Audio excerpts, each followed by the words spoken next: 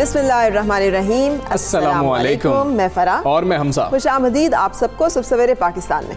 अभी पिछले दिन हम डिस्कस कर रहे थे कि पाकिस्तान में टूरिज्म जो है वो किस दर्जे अब पूरी दुनिया को नजर आ रहा है, दिखाई दे रहा है, फैलता जा रहा है। तारीफें हो रही है हमारी एक तरफ से, खाने की चीज़ हो जाए या फिर हमारे शहरों की जिसे कहना चाहिए आर्कियोलॉजिकल वैल्यू हो जाए, यहाँ हिस्टोरिक सकाफत हो जाए, हमारे पहाड़ हो जाए। पहाड़ तो हमारी हमेशा से मशहूर है। चंदूर के मेला जो है वो तो हम सबको शायद याद है, वहाँ पे पोलो का कितना बड़ा एक दुनिया का सबसे हाईएस्ट पोलो ग्राउंड जो है वो मौजूद है। लेकिन उसके साथ साथ हमारे पास 8000 मीटर्स का जो दुनिया का दूसरा बुलंद तरीन पहाड़ K2 कहने को ये दूसरा है, लेकिन हमसे आपको पता है कि ये सबसे मुश्किल तरीन, वहशी तरीन, बिल्कुल इसे सबमिट करना जो है वो सबसे मुश्किल तस्वुर किया जाता है। और खासतौर पर सर्दियों में तो कोई इसके नजदीक नहीं जा सकता, इसलिए कि जरूरत नहीं करते। आजकल सर्दी कितनी है, इधर बहुत ज्यादा है, उधर का सोच ही नहीं सकते हम। -60।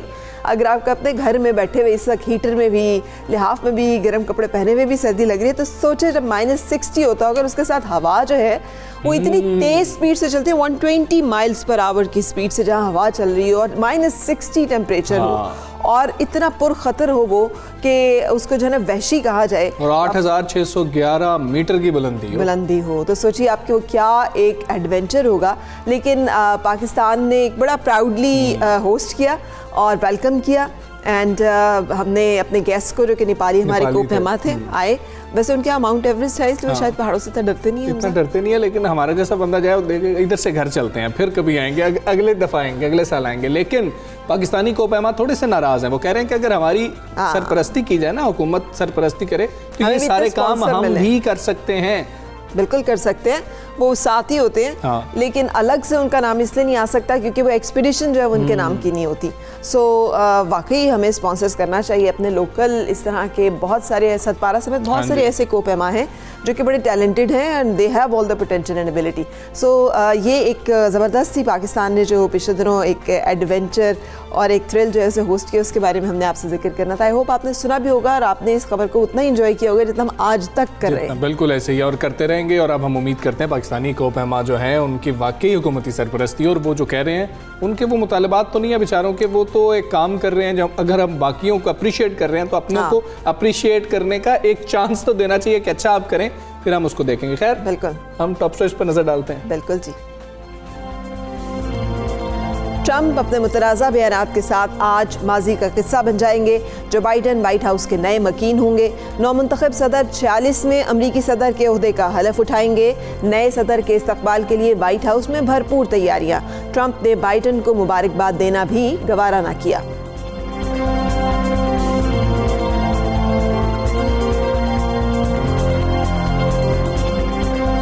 पीडीएम का इस्लामाबाद में इलेक्शन कमीशन के सामने मायूस कुन पावर शो। ऑपोजिशन क़यादत चंद हजार अफराद के सामने दिल की भड़ास निकालती रही। बिलावल भुट्टो उमरकोट में पीपल्स पार्टी की जीत का जश्न मनाते रहे। महमूद अचकज़ई की अपने खिताब में एक बार फिर इंतशार फैलाने की कोशिश।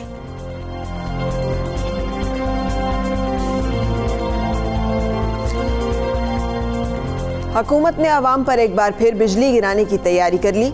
बिजली के बुनियादी टैरिफ में 2 रुपए फी यूनिट इजाफे की समरी तैयार। हतमी मंजूरी विफाकी काबीना देगी। पावर डिवीजन की सिफारिश मान ली गई तो फी यूनिट कीमत 15 रुपए 35 पैसे हो जाएगी। सब्जियां खाएं, हजारों पाउंड इनाम पाएं। बरतानिया में गैर हैवानी अज्जा से खाने तैयार करने वाली कंपनी का बड़ा ऐलान। मुसलसल 3 माह गोश्त ना खाने पर 50,000 पाउंड इनाम दिया जाएगा। पूरे साल सब्जियां खाने वाले को साल भर के लिए 1 लाख पाउंड की सब्जियां मुफ्त में मिलेंगे।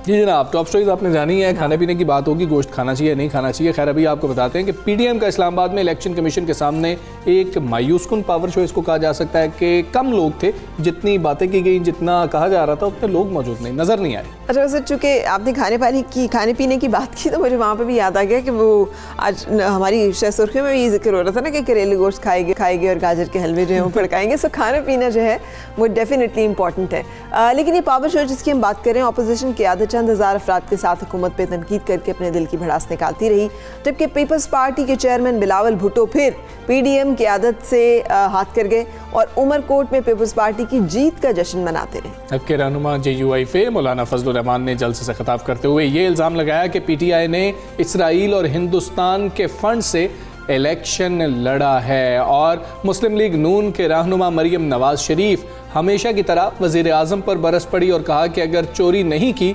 तो फिर तलाशी तो देनी ही चाहिए। हाँ, जबकि महमूद अशरफजई ने अपनी रिवायत कायम रखते हुए एक बार फिर इंतशार फैलाने की कोशिश की है और मुख्तलिफ ऐसी बातें जो है सामने आती नहीं, जिसके ऊपर मुख्तलिफ किस्म के रिएक्शंस जो है वो हम देखते रहे। इत्तेहाद के जो उसके एहतजाज के ऊपर वज़रा का रद्द-ए-अमल भी सामने आ गया। वज़रा का कहना था PDM को मुस्तरद करने पर जुड़वा शहरों की आवाम का शुक्रिया अदा करते हैं, ये कौम का वक्त ज़ाया कर रहे हैं।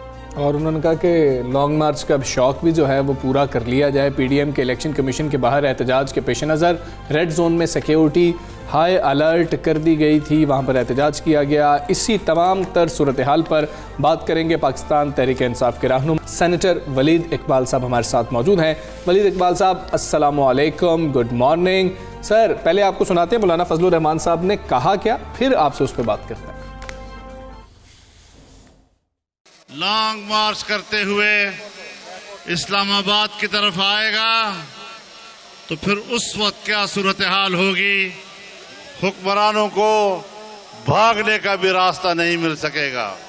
तुमने मान लिया है कि मैं नाअहल हूं, तुमने मान लिया कि मेरे पास टीम नहीं है, तुमने मान लिया है कि लोग करोड़ों लोग बेरोजगार हैं, नौकरियां मांगते हैं, मैं कहां से दूं। तो तुम्हें किस पागल ने कहा था कि तुम सियासत करो। जी सो आपने सुना सेनेटर वलीद इकबाल साहब, ये तमाम एलिगेशंस हैं जो मौलाना फजलुर रहमान मुसलसल लगा रहे हैं और उन्होंने कहा कि वो कौम को 2012 से बता रहे हैं कि गैर मुल्की एजेंट हैं, जो कि अफसोसनाक बात है। ये एजेंट कहना, भारत और इसराइल का जिक्र करना, ये हमेशा से हमारी सियासत का एक सैड पार्ट रहा है, लेकिन ये अभी भी है। लेकिन इसके बावजूद इसका कोई ना कोई जवाब तो होना चाहिए आपके पास। सबसे पहले तो ये मैं आपको दाद देना चाहता हूँ कि आपने बिल्कुल हकीकत जो है आपने और आपके चैनल ने रिपोर्ट की कि ये बिल्कुल एक मायूसकुन शो था। बल्कि मैं तो ऑन ए लाइटर नोट, अगर आप इजाज़त दें, मैं तो चाह रहा था कि आप जो है दूसरा एक मौजूद डिस्कस कर रहे थे, वो इतनी छोटी सी जलसी के बाद तो वो मौजूद ज़्यादा मुझे अहम लगता है जो आप खाने पीने की अशिया पे कर रहे थे। वो भी करेंगे। पूछना चाह रहा था कि आपने मेरे खिलाने के लिए क्या इंतज़ाम किया हुआ है। मुझे आपने करेले गोश्त का जिक्र किया था अभी, तो मेरे वालिद मरहूम को भी बड़ा पसंद था और मेरे ग्रैंडफादर को भी बड़ा पसंद होता था। सर हमें आप मौका दें, मुझे भी तीसरी जनरेशन को भी पसंद है। बताएं आप ये मुझे बता दें, लाहौर में आपने बंदोबस्त करना है या इस्लामाबाद में करना है? सर जहां आप कहेंगे वहां पर बंदोबस्त करेंगे। लाहौर में आपका थोड़ा सा और ये फरमाइश मेरी फिर करेले गोश्त वाली है, ठीक है ना? दुरुस्त, डन हो गया सर। तो हमारी, आपकी और मेरी पहली हेडलाइन तो ये है कि अब तीसरी चौथी हेडलाइन पे आते हैं जो आपने अभी की है बात। ये बड़ी जो मौलाना साहब ने बात की है, ये मियां नवाज शरीफ ने भी 2013 के, देखें जी 2013 के इलेक्शन से पहले तो हम कोई इतनी बड़ी पार्टी थे भी नहीं, और 2013 में मैंने खुद भी कौमी असम्बली का इलेक्शन लड़ा था। और जब मियां साहब ने अपनी विक्ट्री स्पीच की उस वक्त भी अपने वहाँ रायविंड में घर में खड़े होके मई 2013 में, तो उन्होंने यही इल्ज़ाम लगाया कि ये यहूदो नसारा की पार्टी है और फलान है और ढींग है। और ये मैं आपको ये बात अर्ज़ कर दूँ, आपने कहा ना हमारे पास कुछ तो जवाब होना चाहिए। देखें जो ट्रैक रिकॉर्ड इमरान खान साहब का रहा है एज फिलैंथ्रोपिस्ट, यानी कि फलाही कामों के हवाले से, एज ए स्पोर्ट्समैन जो उनका दुनिया में नाम है, उस तरह का एक बैकग्राउंड रखने वाली शख्सियत जब पॉलिटिक्स में आई और जिस तरह का उनका स्ट्रगल था, ये कोई और तो उंगली उठा नहीं सकते थे उनके ऊपर शुरू से ही। तो फिर इस तरह की ये बिलो द बेल्ट बातें, मतलब उस वक्त अभी जब सॉरी 1997 में जब इलेक्शन हुआ था, उस वक्त भी ये पता नहीं कहाँ से कौन सी डर्ट उठा के वो अपना गंद बला उठा के इमरान खान साहब के उनकी शख्सियत के ऊपर वो फेंक रहे थे। और उसके अलावा जो उस वक्त इमरान खान साहब की बेगम थी जमाइमा, उनको भी किसी किस्म की वो आर्टिस्टिक अशिया थी जो वो बाहर भेज रही थी, उनके ऊपर एंटीक्स का नाम लगाकर उन पे FIR कर दी गई। तो ये हथकंडे तो बदकिस्मती से ये जो स्टेटस को की और ये जो 10-10, 5-5 दहाइयों से जो राज करने वाली सियासी जमातें हैं, उनको जब एक नया एंट्रेंट आ गया, देखे ना दुनिया के बहुत अक्सर जमहूरी निज़ाम जो हैं, हमारे पड़ोस में हिंदुस्तान है, फिर बांग्लादेश है, फिर आप अमेरिका और इंग्लिस्तान भी देख लें, 2-2 पार्टियां होती हैं, 2 पार्टी सिस्टम मोर और लेस, बड़ी पार्टियां किसी भी मतलब कौमी सतह की, जिस तरह BJP और कांग्रेस है, या खालिदा जिया और हसीना वाजिद हैं, जिस तरह रिपब्लिकन और डेमोक्रेट, या वो अमेरिका में और लेबर और कंजर्वेटिव, इस तरह ये एक बड़ा 2 पार्टी सिस्टम था। ये जो तीसरी कुव्वत का आना है, ये हजम नहीं होता, ये बर्दाश्त नहीं होता। ये इसका जो है जवाब है, और जो मौलाना ने कहा। अब अचकजई साहब पे आप आना चाहते हैं तो आप सवाल कर लें, या मैं पहले जवाब दे देता हूँ। आपके सवाल जवाब से पहले सर उनका शॉर्ट हम अपने देखने वालों को सुनवा, जिन्होंने अगर उन्होंने कहा क्या, लाहौर के लोगों, पिंडी के लोगों, सरकारी जखायर के गुदामों का अंदाजा लगाओ। अगर भूख ज्यादा हुई, मैं मुफ्ती साहब से, मोहतरम फजल रहमान से रिक्वेस्ट करूंगा कि वो पाकिस्तान के अवाम को फतवा दे कि भूख की सूरत में सरकारी गुदामों को लूट के खाओ, मजे करो। बिल्कुल वलीद इकबाल साहब, ये आपने सुन लिया, आपने पहले ही सुना था, आप इस पर रद्दमल देना चाह रहे थे, लेकिन सवाल ये है कि जब हम तकरीर कर रहे होते हैं सोचते क्यों नहीं है हम? आज अचकजई साहब ये कह रहे हैं, कभी हम ये कहते थे कि आग लगा दो, जो तुम लोगों को बिल आ रहे हैं हुंडी के जरिए पैसा भेजो। ये मामलात आप कैसे, जब ऊपर लीडर्स चले जाते हैं तकरीर करने के लिए, तो क्यों नहीं सोचते कि इसका इम्पैक्ट क्या हो सकता है? देखें जी, सबसे पहले तो मैं इसकी सियासी पहलू ज़्यादा अहम है, इसका कानूनी पहलू इतना अहम नहीं है, क्योंकि बहुत सी चीज़ों का एक सियासी इम्पैक्ट बहुत अहम होता है, क्योंकि वो इम्पैक्ट होता है जो एक आवाम के ऊपर असर करता है। कानूनी इम्पैक्ट जो है वो तो सिर्फ अदालतों के तक महदूद होता है। और एक जो लाहौर में अचकजई साहब ने तकरीर की थी कल या परसों, एक सेशंस कोर्ट ने उनको वो मुस्तरद एक उनके खिलाफ दरखास्त किसी ने की थी, किसी वकील ने, कि उनको सजा दी जाए किसी नफरत फैलाने की बुनियाद पर, हेट्रेड, स्प्रेडिंग हेट्रेड, वो 153A जो है ताज़ीरात पाकिस्तान, उसके नीचे, तो वो दरखास्त मुस्तरद हो गई। और उसमें जज साहब ने यही कहा कि लाहौर में उन्होंने कोई तारीखी नौयत की बात की थी, तो कोर्ट ने यही कहा कि जी हम इस डिबेट में नहीं पढ़ना चाहते कि तारीख क्या कहती थी या क्या हुआ, ये एक लंबी डिबेट है, लेकिन इस तरह की इजहार राय जो है वो जो है उस महज इस तरह की बात करना जो है वो सजा के जुमरे में नहीं आती। तो ये मैं ज़रूर तस्लीम करता हूँ कि अदालत ने, और कल उनके हवारी तो यही कहेंगे, लेकिन मैं जो कहना चाहता हूँ कि वो जहाँ खड़े होकर जो बात करते हैं, देखें, एक हमारे आपने मिसाल दी कि इमरान खान साहब ने वो बिलों की बात की, या एक शेख रशीद साहब ने भी हमारे धरने के मौके पे कुछ इस तरह की भड़काने वाली बात की थी, लेकिन वो एक सियासी जोश खिताबत की एक आधी कोई मिसाल है। अचकजई साहब ने तो पूरी एक, मैं ये तशबीह जो दे रहा हूँ ये तो इतनी अच्छी तो नहीं है, क्योंकि वो तारीफ मैं नहीं करना चाहता, मैं पुरजोर मजम्मत करता हूँ, लेकिन माशाल्लाह इन्होंने तो पूरे मोती पुरोए हुए हैं लड़ी में, दिखाने के लिए कि वो किस तरह से मतलब उनकी वफादारी जो है वो क्या पाकिस्तान की तारीख से, पाकिस्तान की रियासत से, पाकिस्तान के लोगों से, पाकिस्तान की सालमियत, उसकी इंटेग्रिटी, उसकी तहफ़्फ़ुज़ से है भी या नहीं है। मैं कभी, मेरा अपना असूल ज़ाती ये रहा है एक सियासी कारकुन के तौर पे, कि मैं किसी बड़ी अहम सियासी जमात के किसी लीडर की वफादारी को क्वेश्चन ना करूं, क्योंकि ये भी एक तारीख में हम पाकिस्तान की आज़ादी के बाद ये चलती आई है बात कि अपने दुश्मनों को आप, पाकिस्तान का दुश्मन को हो या सियासी मुखालफों को, मैं ऐसे इज्तनाब करता हूं। लेकिन अचकजई साहब ने कराची में क्या कि यहाँ पे उर्दू ज़बान बोलने वालों की तौहीन की, लाहौर में पंजाबियों और लाहौरियों की तौहीन की, उधर कोयटा में वो गए तो उन्होंने कहा ड्यूरैंड लाइन जो है वो उसको हमें तस्लीम ही नहीं करना चाहिए और बाढ़ को गिरा देना चाहिए, और फिर अब यहाँ आके उन्होंने ये कहा है। तो ये तो एक पूरा ट्रेंड है, और मैं इसमें आपको सियासी तौर पर यह अर्ज कर देता हूँ, एक तो वैसे ही आपने देख लिया कल की इज्तिमा का साइज और उसकी इम्पैक्ट क्या था, दूसरा मेरे ख्याल हर टीम में एक बंदा होता है जो कि अपने गोल कर देता है, आपके ख्याल से और मेरे ख्याल से क्या ऐसी किस्म की जो बातें हैं, जो पूरी एक लड़ी अब इन्होंने चला दी है, क्या वो आवाम की, पाकिस्तान के लोगों की, उनके दिलों में अचकज़ई साहब के लिए मोहब्बत बढ़ेगी, पीडीएम के लिए मोहब्बत बढ़ेगी, या उनको इससे अफसोस और मजम्मत करने का मौका होगा? और मैं यकीन रखता हूं कि इस तरह की बातें जो एक मुसलसल करी है उन्होंने पीडीएम, एक तो पीडीएम वालों को भी सोचना चाहिए कि भाई ये इनके फायदे में है या उनके नुकसान में है, और ये मैं दाद दे रहा हूं कि नुकसान पहुंचाने में नंबर 1 है ये। और पाकिस्तान के लोगों ने भी यकीनन जो है इसी वजह से आज इस तरह का शो जो है वो दिखाया है। कल जो जिस तरह से उन्होंने शिरकत की और बिल्कुल मुस्तरद किया उनके हर बयानिए को, और मेरे ख्याल में अचकज़ई साहब का उसमें बहुत बड़ा किरदार भी है। और मैं एक और बात कर दूं प्लीज आखिरी, और वो ये है कि अचकज़ई साहब को फैसला करना चाहिए कि वो मतलब किस साइड पे हैं, उनकी वफादारी पाकिस्तान की रियासत के साथ है या नहीं है। क्योंकि जब उनके अपने सियासी हलीफ PMLN जिस तरह है इक्तदार में आते हैं तो वो सारे इक्तदार के मजे लेते हैं, वो चीफ मिनिस्टर अपना बनवाते हैं, वो गवर्नर अपने भाई को बनवाते हैं, तो रियासत से तमाम फायदे भी लेते हैं। और फिर माशाल्लाह जब वो अपोजिशन में आ जाते हैं तो उसके खिलाफ हर किस्म की जो है वो अफसोसनाक और पुरजोर मजम्मत के काबिल बातें करते हैं। मैं तीसरी दफा कहूंगा, मैं पुरजोर मजम्मत करता हूं उनके बयान की। सेनेटर साहब, जो मरियम नवाज भी बार बार बात कर रही हैं कि फॉरेन फंडिंग केस, इसमें इतना बार बार मतलब हरबे ऐसे कि जिससे इसमें मजीद इल्तवा हो, लेट होता जाए, इसकी क्या जरूरत है?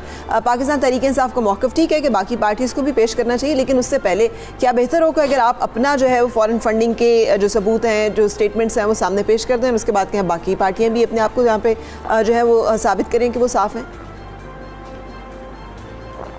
जी चलें, आपने आधी बात तो मेरी खुद ही कह दी कि ये तो ज़रूर है कि हर पॉलिटिकल पार्टी की स्क्रूटनी जो है वो होनी चाहिए। और जिस तरह हम अपने आप को पेश कर रहे हैं, सबसे पहले हम इसको वेलकम करते हैं।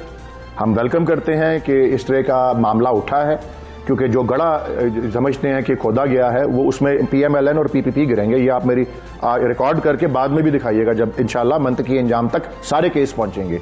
हम वो पहली पार्टी हैं जिन्होंने एक ऑर्गेनाइज तरीके से पाकिस्तान में और पाकिस्तान से बाहर फंड रेजिंग की। उसी के हवाले से 41 हज़ार अपने बोनाफाइडे सिक्का बंद डोनर्स की फहरिस्त, ये रियल पीपल जिनको आप फोन करके दुनिया भर में चेक कर सकते हैं कि वो वजूद में हैं, वो असल इंसान हैं, उनके डोनर्स की लिस्ट हमने बनाई है। ऑडिट हमारे होते हैं, वेबसाइट पे हम डालते हैं। अब इसके टूल की बात देखें, पाकिस्तान की अदालतों में या इस तरह की फोरम्स में जिस तरह इलेक्शन कमीशन है, ये तबालत का जो है कोई नई कहानी नहीं है। ये वकीलों की अपनी एक स्ट्रैटेजी भी होती है। मैं इस केस में वकील नहीं हूं, लेकिन एक स्ट्रैटेजी भी होती है। सो वो कोई एक टूल इसने थोड़ा बहुत पकड़ भी लिया है, तो इस वक्त अपने मंतकी अंजाम के बिल्कुल करीब है। और मैं आपको यकीन से कहता हूं कि इसमें अल्लाह ताला हमें सुरखरू करेगा। एक तो ये पढ़े बगैर ही आते हैं, सारा कानून आइन जो है, ये केस फॉरेन फंडिंग का नहीं है, ये ममनुआ फंडिंग का है। फॉरेन फंडिंग अगर किसी पार्टी की हो तो वो तो पार्टी ही मनसूख हो जाती है, उसको वो डिस्क्वालीफाई या डिसॉल्व कर दिया जाता है। ममनुआ फंडिंग में अगर कोई थोड़ी बहुत कहीं से आ भी गई हो नादानिस्ता तौर पर किसी ऐसे सोर्स से जो कि जिसकी इजाजत नहीं है, तो कानून उसमें यही कहता है कि जी आप वो जो उतने हद तक फंडिंग आपकी आई है उसको जब्त कर लेता है। ये समझ रहे हैं कि ये फॉरेन फंडिंग केस है और उसमें इस किस्म का फैसला आएगा कि ये पॉलिटिकल पार्टी की कलदम करार पाएगी और हुकूमत गिर जाएगी। ये बिल्कुल अपने आप को भी फरेब देना है और लोगों को भी ये मिसलीड करने के फंडिंग का ये मामला है। सेनेटर वलीद इकबाल साहब, बहुत शुक्रिया आपका। पाकिस्तान से आप बात कर रहे थे और वो ये कह रहे हैं कि इससे फर्क नहीं पड़ेगा, अगर कुछ ऊपर नीचे मामला हुए भी तो वो उतनी रकम जो है वो जब्त हो जाएगी। बिल्कुल सही। अब हम नेक्स्ट स्टोरी की तरफ चलेंगे और जहाँ पे हम बात करेंगे दुनिया की सबसे बड़ी जमहूरियत जो है, जहाँ पर कि आज एक नए प्रेसिडेंट जो हैं वो अपना हलफ उठा रहे हैं। डोनाल्ड ट्रंप अपने तमाम मुतनाज़ बयानात, दिलचस्प हरकतों, अनोखे फैसलों के साथ आज माजी बन गए हैं। ही इज़ नो मोर। अच्छा, मुझे वैसे पता क्या लगता है कि ये अभी भी बाज नहीं आएंगे, ये माजी बनना नहीं चाह रहे हैं, कोई ना कोई काम करेंगे। मुझे लगता है कि आपका कोई ना कोई ताल्लुक जो है वो वहाँ की वो सीक्रेट सर्विसेज के साथ है, इसलिए कि उनकी रिपोर्ट्स हैं वो भी यही हैं। और आप देखें ना कि आज वहाँ पे कितना खौफ और दहशत के साए हैं, जो वो इसी रवैये की वजह से हैं और इसी सोच की वजह से फौजी वर्दियां गायब हो गई। आपने जो बाइडन की सिक्योरिटी पर जो मामूर फौजी थे 11-12 उनको आपने हटा दिया। अजीब से मामला वहाँ पर चल रहे हैं और ट्रक्स लगा के आपने रास्ते ब्लॉक किए हुए हैं, महदूद कर दिए तकरीब। पहले तो ये भी आ रहा था कि फौज जो है उसको ख़त लिखे गए हैं, उनको कॉल किया गया है। सो ये तमाम चीज़ें हैं जो कि इससे पहले अमेरिका जो है इन तमाम चीज़ों से वाकिफ़ नहीं थे। ये तीसरी दुनिया के लिए, ये थर्ड वर्ल्ड के लिए ही हमने ये बातें देखी थी कि वहाँ पर ये मामलात होते हैं। नौमंतखब सदर जो बाइडन जो है ये अब वाइट हाउस के नए मकीन होंगे। वो आज अमेरिका के 40वें सदर की हैसियत से अपने ओहदे का हलफ उठाएंगे। और डोनाल्ड ट्रंप अपनी 4 साल मुद्दत मुकम्मल होने के बाद नया ठिकाना ढूंढेंगे और नए सदर के इस्तकबाल के लिए वाइट हाउस में भरपूर तैयारियां तो कर ली गई हैं। वाशिंगटन डीसी का रेड जोन फौजी छावनी में तब्दील होता हुआ हमें नज़र आ रहा है, जिस तरह से फराह ने बात की, और किसी भी नाखुशगवार वाक़े से निपटने के लिए सिक्योरिटी एहलकारों की इजाफी नफरी तैनात है। और मामला यही है कि जो डोनाल्ड ट्रंप हैं वो तकरीब हल्फ बर्दारी में तो क्या जाएंगे, वो उनको मुबारकबाद देने के लिए भी जो है ना तैयार नहीं हो। गवारा ही नहीं किया उन्होंने कहा कि जो है निकल जाऊंगा, जैसे ये मामला शुरू होगा तो मैं यहाँ से चला जाऊंगा। और ये जैसे कहना चाहिए ना कि ये डोनाल्ड ट्रंप ने बहुत सारे हवालों से हिस्ट्री क्रिएट की है। उन्होंने जो अमेरिका की तारीख है उसको बिल्कुल उलट पुलट कर दिया है। ये भी एक हिस्ट्री है कि तारीख कायम की। एग्जैक्टली चौथे ऐसे प्रेसिडेंट हैं अमेरिका की हिस्ट्री में, अगर देखा जाए कि जो इसमें शामिल नहीं होंगे, जिन्होंने कंसीड नहीं किया, जिन्होंने वेलकम नहीं किया नए आने वाले प्रेसिडेंट को। सो इस हवाले से हम बात करेंगे। हमारे साथ अमेरिका सियासतदान और माहिर आलमी अमूर हमारे साथ मौजूद हैं ताहिर जावेद साहब। ताहिर जावेद साहब, thank you very much for joining us and welcome. फरमाइएगा सर कि ये जो ट्रेंड हमें नज़र आ रहा है इस वक्त और मुंतखब सदर की तकरीब हल्फ बर्दारी की तैयारियों का जो मामला है, एक तो उस बारे में बता दीजिएगा कि सिक्योरिटी इकदाम कैसे हैं, और दूसरा क्या ट्रंप की गैर मौजूदगी जो है ये अचंभे की बात है और आइंदा आने वाले दिनों में उनकी तरफ से क्या एक्सपेक्टेशंस हैं? देखें जी, जहाँ तक सिक्योरिटी का ताल्लुक है तो सिक्योरिटी तो मेरे ख्याल में एब्सोल्युटली एक्स्ट्रा ऑर्डिनरी है। इतनी ज़्यादा यानी मैं अपनी एक बात करता हूँ कि मेरे पास इनाग्रेशन के अंदर जाने की इनविटेशन है और उसके यानी I can go all the way down जहाँ पे इनाग्रेशन होनी है वहाँ मुझे जाना है। उसके बावजूद आज मैं सारा दिन जब ट्रैवल कर रहा था मुख्तलिफ अपनी अपॉइंटमेंट्स के लिए आगे पीछे, तो 16 से 17 दफ़ा मुझे चेक पोस्ट के ऊपर चेक किया गया और हर चेक पोस्ट के ऊपर डिफरेंट तरीके से चेक किया गया, डिफरेंट क्वेश्चंस पूछे गए। तो इसलिए मैं समझता हूँ दरमियान में बहुत सारी जगह पे गाड़ी को नहीं जाने दिया, तो had to be walking there. तो ये बहुत ज़्यादा बेइंतहा किस्म टाइट किस्म का मामला रखा हुआ है यहाँ पे। और दाखिली दरवाजे, खारजी दरवाजे उन्होंने इस तरह बंद किए हुए हैं कि one can get confuse and drive like 2 days to find 2 miles of the journey. तो ये बड़ा यानी एक पर्पसली उन्होंने ऐसा सारा किया ताकि ये कल का जो एक प्रोग्राम है वो खुश उसलूबी से चला जाए। और इन्विटेशन भी बड़ी लिमिटेड उन्होंने इश्यूज़ की हैं और कुछ कोरोना की भी रीज़न है और कुछ सिक्योरिटी की भी रीज़न है। और यानी जहाँ पे 4-5 लाख लोग आते थे, बराक ओबामा के 1 बिलियन लोग थे इनाग्रेशन के अंदर, तो यहाँ पे 2000 को इनविटेशन भेजी गई है, लेकिन लगता है कि 2000 भी वहाँ पे नहीं होंगे। कुछ लोगों के तो कोरोना टेस्ट भी फेल हो गए ना आज।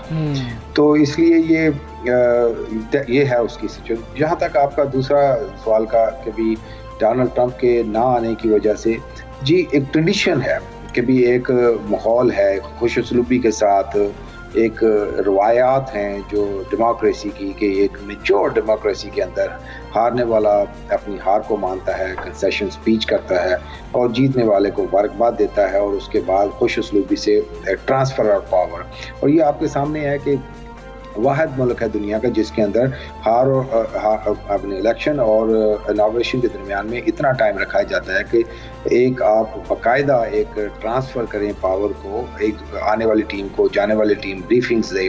तो वो उस प्रोसेस को तो बिल्कुल दरगुजर किए गया। अब एक ये जो सिंबॉलिक इनाग्रेशन के अंदर आकर के हैंड शेक करना तो छोटी सी बात है। इन्होंने जो दरमियान में ट्रांजिशन टीम को जो साथ बैठ के ब्रीफिंग्स देनी होती थी, जिसके ऊपर आप you pick up where the other party stopped, वो चीज़ें नहीं हुई। तो ये सारी चीज़ें वो चूँकि एक पुराना तजर्बा है जो बाइडेन का, तो उनके लिए कोई ज़्यादा मुश्किल तो नहीं आएगी, वो पिकअप कर लेंगे। लेकिन बहरहाल अगर कोई नया शख्स होता, पहला बंदा होता, तो उसको 2 महीने इनाग्रेशन के बाद भी अंडरस्टैंड करने में निकल जाते। बिल्कुल। तो ये तो चीज़ें तो हैं।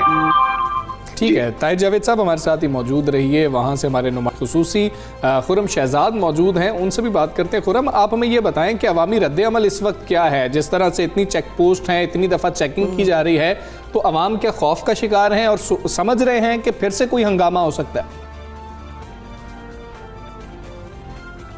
हाँ जी, बहुत शुक्रिया। यह जो सबसे अहम बात है अवाम की तरफ से, खासतौर पर रिपब्लिकन जो उनके इस वक्त यहाँ पे लोग हैं, जो प्रेसिडेंट ट्रम्प के हमायती, उनका ये कहना है ये सब ड्रामा किया है, ये सब एहतजाज को रोकने का ड्रामा किया है। 2000 अफराद शिरकत कर रहे हैं और 50,000 की सिक्योरिटी लगा दी है, सिर्फ ये तासुर देने के लिए कि प्रेसिडेंट ट्रम्प जो है वो कोई ऐसा कमोशन करने चाह रहे हैं जिससे जो है वो हर चीज़ उल्ट हो जाएगी। यहाँ पे जो लोगों का जो अवामी तौर पे जो रद्द-ए-अमल है, उनका ये कहना है कि हुकूमत जो है वो एक्स्ट्रा प्रिकॉशंस जो ले रही है वो पिछले जो उनका जो पिछला इंसिडेंट हुआ उसको रोकने की वजह से, लेकिन एट द सेम टाइम जो 74 मिलियन उनके प्रेसिडेंट ट्रम्प के वोटर हैं उनका अपना रवैया है। उनका ये कहना है कि गवर्नमेंट जो है ये एक ऐसा इन्वायरमेंट क्रिएट कर रही है जिसके अंदर रिपब्लिकन के बारे में और प्रेसिडेंट ट्रम्प के बारे में हेट का आंसर पूरी दुनिया में जाके देखें। इस बंदे की वजह से 1 मिलियन लोगों ने आना था यहाँ पे इनॉग्रेशन में, जो ओबामा के टाइम पे आए थे, अब वो नहीं आ सकते क्योंकि प्रेसिडेंट ट्रम्प ने ये हरकत की जो उसने पिछले 1 हफ्ते पहले की थी। तो अवाम की तरफ से तो यकीनन जो एक मिक्स रद्द-ए-अमल आ रहा है, और ख़ासतौर पे अब जबकि सारे रास्तों को बंद कर दिया गया है, वो पिछले 1 हफ्ते जो स्मॉल बिजनेसेस हैं वो मुकम्मल तौर पे बंद हो गए थे, क्योंकि जगह जगह पे उन्होंने चेक पोस्टें लगा के और रुकावटें लगा के, और जो सरकारी मुलाजमीन थे उनको वो तो पहले घरों से काम कर रहे थे, कल का दिन उनको वैसे छुट्टी होगी, तो स्मॉल बिजनेसेस जो पहले बहुत स्ट्रगल कर रहे थे अब उनके अंदर मज़ीद वो एक और चीज़ ऐड हो गई।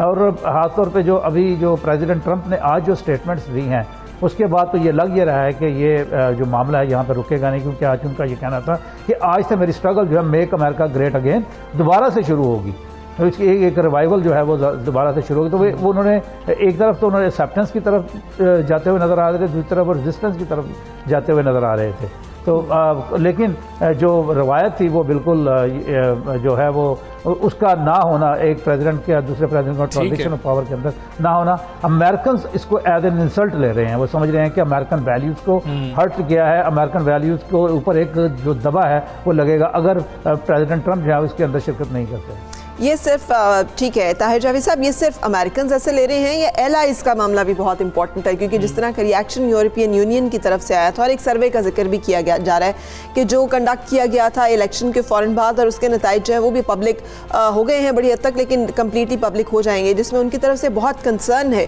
कि अमेरिका जो है वो अपने मुल्क के अंदर ही अगर इतना कमज़ोर और लाचार दिखाई दे रहा है तो फिर उसने हमारे इंटरेस्ट जो है उनको कैसे सेफ गार्ड करना है। तो इज़ दिस सो सिंपल कि 6 जनवरी को इस तरह से उन्होंने ट्रम्प ने उकसाया और लोगों ने उसके खिलाफ मज़ाहमत की और कैपिटल हिल पे चढ़ाई कर दी और वहाँ पे आर्म्ड जो है वो स्ट्रगल हुई, जिसके बाद हम बात भी हुई, और आइंदा आने वाले दिनों में अगर ट्रम्प इस तरह के इशारे दे रहे हैं तो ये मामलात आपको किस तरफ जाते दिखाई देते हैं?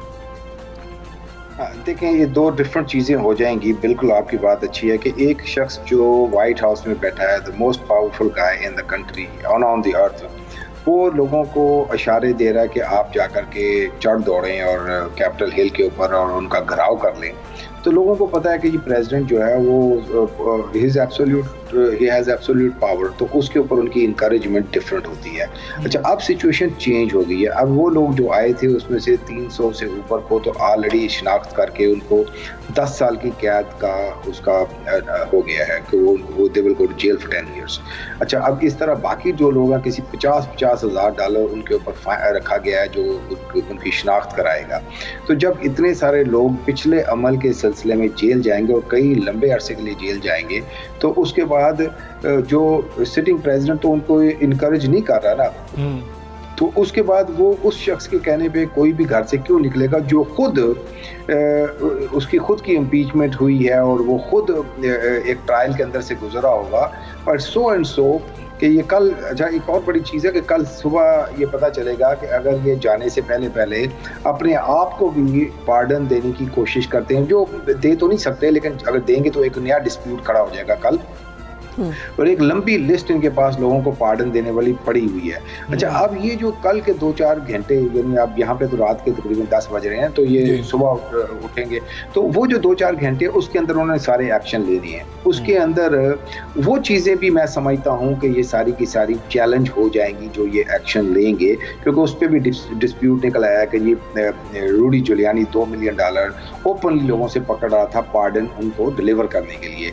तो ये इतनी कंट्रोवर्सीज आ गई हैं कि ये वन आफ्टर अदर इसके ऊपर क्रिमिनल एक्ट्स आएंगे और बहुत सारे लोग including people like Rudy Giuliani they will go to jail for it. तो उसमें एक आम आदमी जिसने सुबह काम पे भी जाना है, जिसने महीने के बाद अपना बिल भी पे करना है, जिसको यानी अपने घर फूड भी लेके जाना है, वो कितनी देर एक शख्स के लिए प्रोटेस्ट करेगा?